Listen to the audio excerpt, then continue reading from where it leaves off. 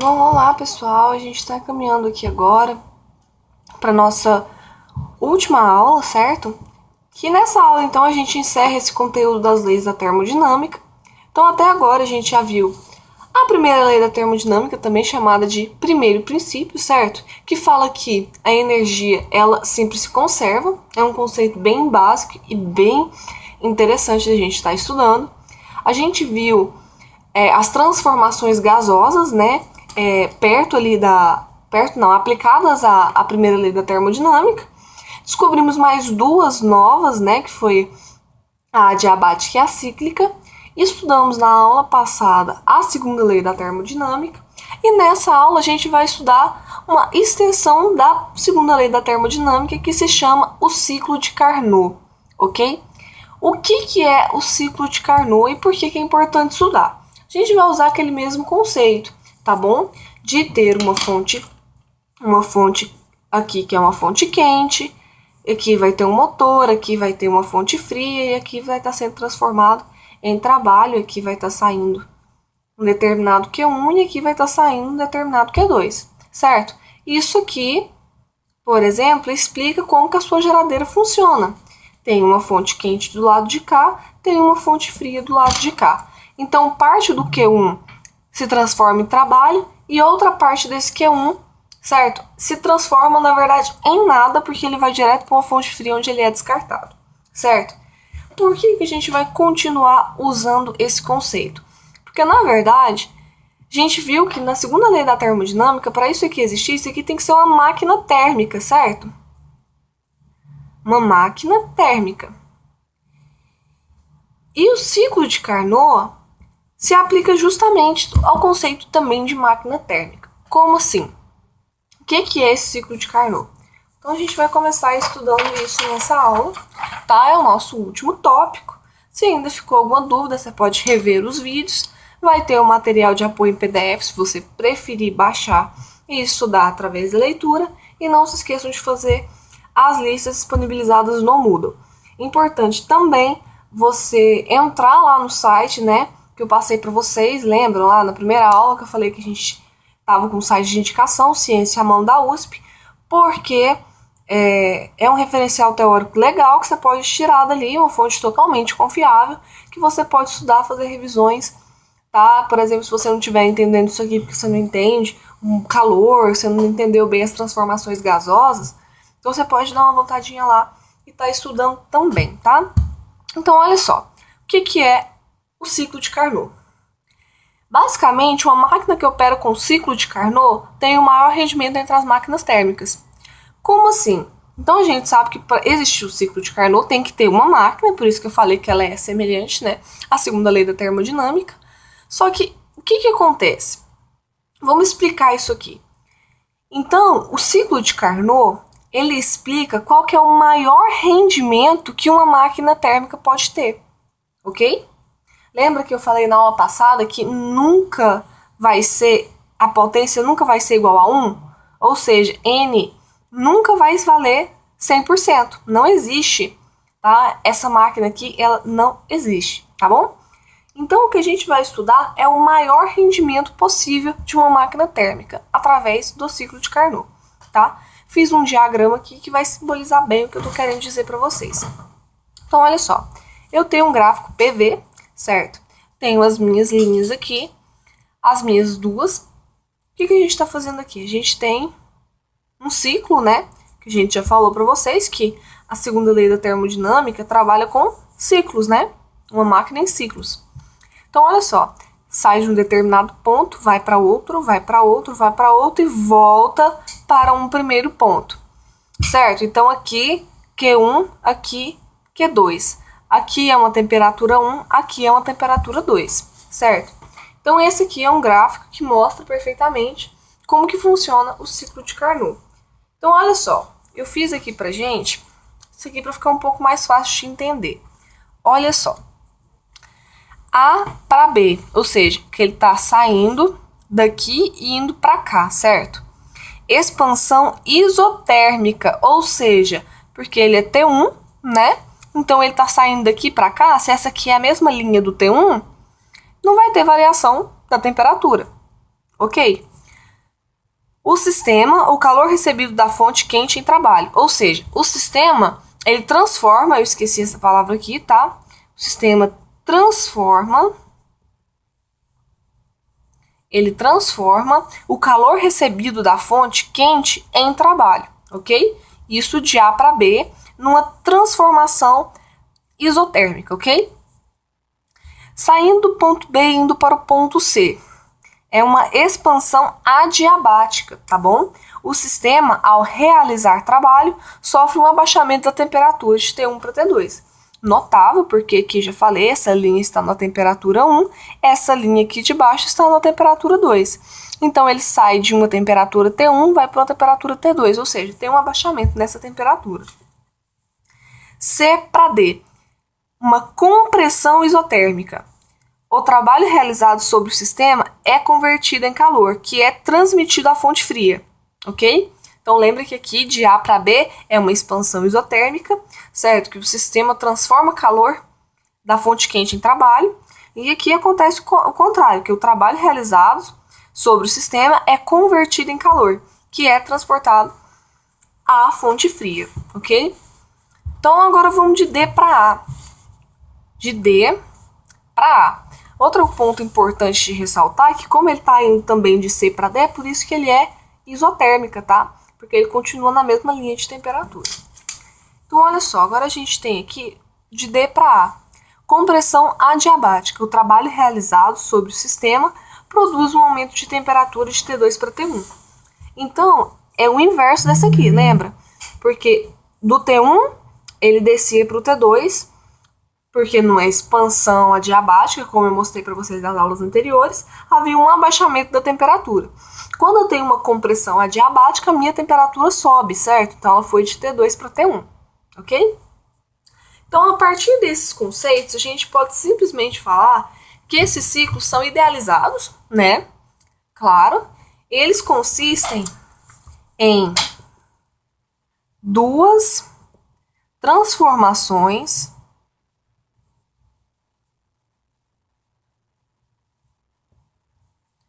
adiabáticas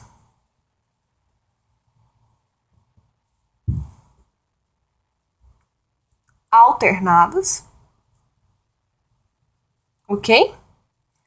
E duas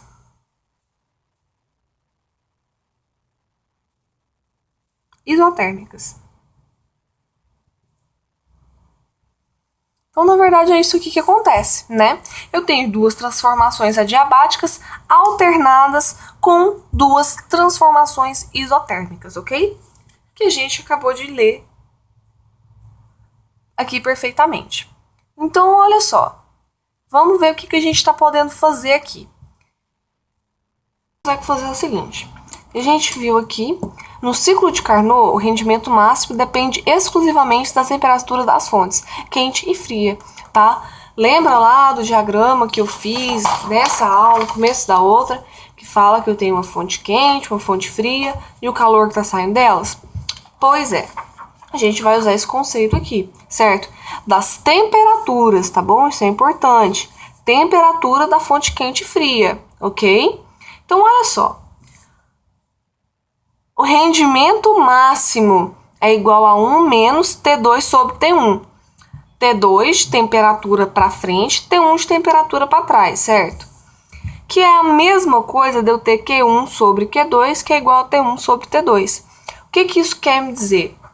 Está me dizendo, então, que as quantidades de calor trocadas com as fontes são proporcionais, respectivamente, às temperaturas absolutas, ok? Basicamente é isso, tá? Então, isso aqui são proporcionais às temperaturas absolutas, ok?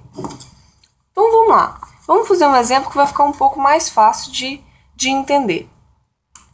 A gente tem, então, aqui o seguinte exemplo. Calcular o rendimento de uma máquina térmica que opera entre as temperaturas de 27 graus e 327 graus Celsius, executando um ciclo de Carnot. Coisa importante, a gente viu que a gente não trabalha com Celsius, certo? A não ser que o nosso exercício peça para isso. Então, a gente trabalha com Kelvin, é a nossa unidade padrão, segundo o o Sistema Internacional de Medidas, né, o SI.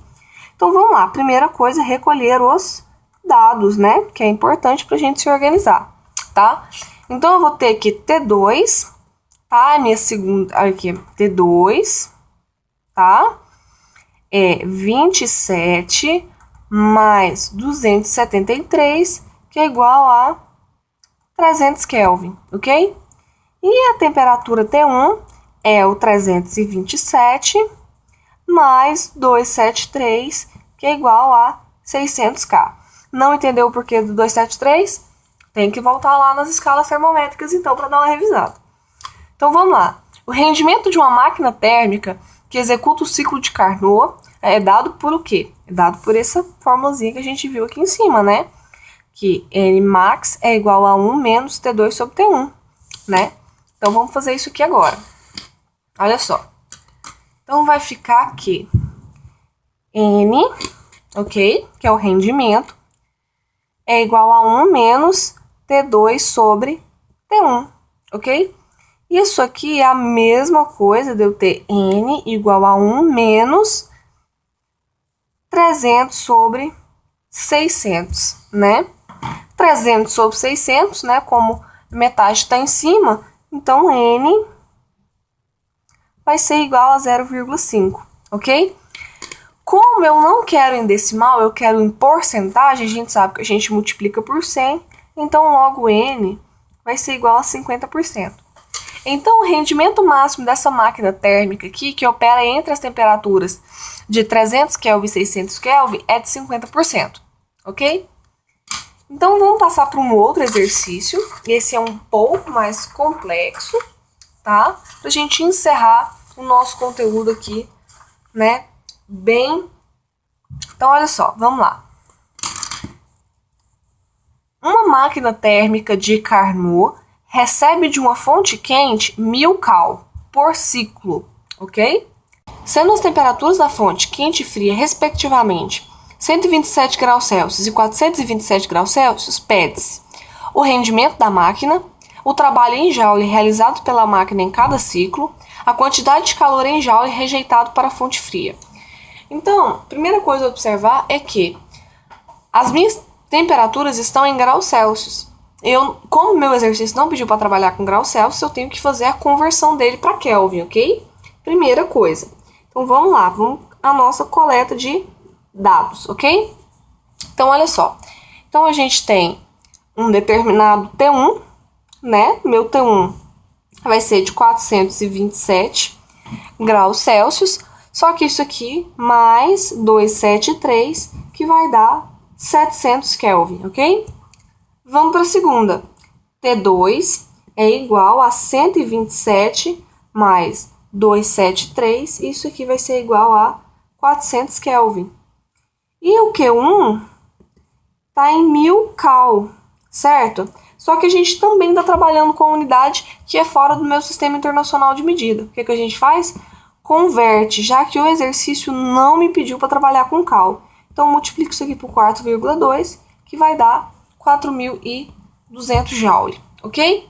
Então, feito isso, vocês estão reparando que a T1 é sempre maior, tá, gente? Tanto no exercício anterior quanto nessa. Então, olha só. Feito isso aqui, a gente já tem a nossa primeira parte pronta. Agora é partir para a resolução, né, da letra A, B e C. Então, vamos lá. Letra A. O que a gente vai fazer aqui para fazer a resolução da minha letra A? Bom, a letra A vai ser assim, ó. O rendimento da máquina. O rendimento da máquina é dado por N igual a 1 menos T2 sobre T1. Certo? Esse é o rendimento da máquina. Então, eu já encontrei T2 e T1, já. Então, vai ficar aqui N é igual a 1 menos 400 sobre 700, né? Então, assim, né, a gente simplifica isso aqui, que vai ficar, então, que N é igual a 1 menos 4 sobre 7. Isso aqui, fazendo a nossa divisão, vai dar, então, que N vai ser igual a 0,43. 0,43 multiplicado por 100, 43%, ok? Encontramos, então, o meu resultado da letra A, usando simplesmente aquela de potência máxima de Carnot que eu apresentei para vocês agora há pouco. Então vamos lá, vamos para a letra B, o trabalho realizado. Então olha só, trabalho realizado, o que a gente vai usar? Trabalho sobre Q1, né? Que a gente viu quando a gente olhou lá para... Quando a gente viu da segunda lei da termodinâmica. Então vamos lá, o que a gente vai fazer aqui então? Vou ter que 0,43, certo? Vai ser igual a T sobre 420, né? Porque 4020, porque 0,43 a gente já encontrou, né? Então fazendo aqui, né? A gente faz aqui a nossa multiplicação cruzada, certo? Então a gente obtém logo aqui que o trabalho, certo? Vai ser igual a 1806 joules, certo?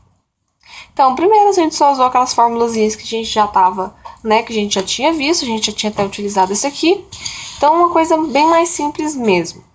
Então, agora a gente vai para a nossa última questão, certo? A letra C. Tá pedindo para mim a quantidade de calor em joule rejeitada para a fonte fria, certo? O que a gente vai fazer? A gente sabe que trabalho é igual ao módulo de Q1 menos o módulo de Q2, ok? Então, o que a gente vai fazer? A gente já conhece tal, certo? A gente já conhece qual é o nosso Q1, tá falando a gente descobrir o Q2, né? Vai cair na equação de primeiro grau aí, bem simples. Então, vai ficar que 1806 vai ser igual a 4200 menos Q2, certo? Passo isso aqui para o outro lado, né? Vai passar negativo. Então, vai ficar aqui menos Q2 é igual a menos 2.394 joules. Vai multiplicar isso aqui tudo por menos 1, vai ficar a mesma coisa, só que agora, então, positivo. E nós chegamos, então, ao nosso final, certo? Descobrimos a letra A, rendimento máximo, descobrimos o trabalho e descobrimos que para a fonte fria foi rejeitado determinada quantidade de joule, que foi 2.394, tá?